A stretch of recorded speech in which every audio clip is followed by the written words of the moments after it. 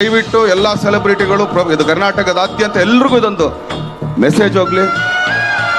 ಇಲ್ಲಿ ನೀವು ಇಷ್ಟು ಜನ ಇದ್ದೀರಾ, ದಯಮಾಡಿ ನಾನು ಗಾಡಿ ಓಡಿಸ್ಬೇಕಾದ್ರೆ ಅಕ್ಕಪಕ್ಕ ಬೈಕ್ಗಳಲ್ಲಿ ಬರಬೇಡ್ರಿ. ನಿಮ್ಮ ಪಾದಾರವಿಂದಗಳಿಗೆ ನಾನು ಕೇಳ್ಕೊಳ್ತಾ ಇರೋದು ಏನಕ್ಕೆ ಅಂತ ಹೇಳ್ತೀನಿ, ಕೇಳ್ರೋ ಏನಕ್ಕೆ ಅಂತ ಹೇಳಿ ಇಲ್ಲ.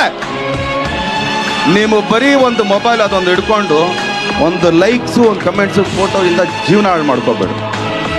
ನಾವು 110, 120ರಲ್ಲಿ ಹೋಗ್ತಾ ಇರ್ತೀವಿ. 110, 120 ನಾವು ಗಾಡೀಲಿ ಓಡಿಸ್ತಾ ಇರ್ಬೇಕಾದ್ರೆ ಪಕ್ಕದಲ್ಲಿ ಬೈಕ್ಗಳಲ್ಲಿ ನೀವು ಬರ್ತೀರಾ? ಯೋಚನೆ ಮಾಡ್ರೆ ಬದುಕಿದ್ರೆ ಇನ್ನೊಂದ್ಸಲಿ ನಾನು ನೋಡ್ತೀರಾ? ನನ್ನ ಹಾಳಾಗೋಗ್ಲಿ, ನೀವು ನಾನು ನೋಡದೇ ಇದ್ರೂ ಪರವಾಗಿಲ್ಲ. ಮನೇಲಿ ವಯಸ್ಸಾದ ತಂದೆ ತಾಯಿಂದಿರಿರ್ತಾರೆ, ಅವಾಗ ತಾನೇ ಮದುವೆ ಮಾಡ್ಕೊಂಡು ಹೊಸ ಗಂಡ ಹೆಂಡ್ತಿ ನೀವು ಆಗಿರ್ತೀರ. ಇಲ್ಲ ಆಗ್ತಾನೆ ಹುಟ್ಟಿರೋ ಒಂದು ಮಗು ಇರುತ್ತೆ. ನಿಮಗೇನಾರು ಹೆಚ್ಚು ಕಮ್ಮಿ ಆದರೆ ನಿಮ್ಮ ಮನೆಯವರು ಸಾಯೋ ತನಕ ನನ್ನನ್ನು ದೂಷಿಸ್ತಾರೆ. ಅದು ನಿಮ್ಗಿಷ್ಟನಾ?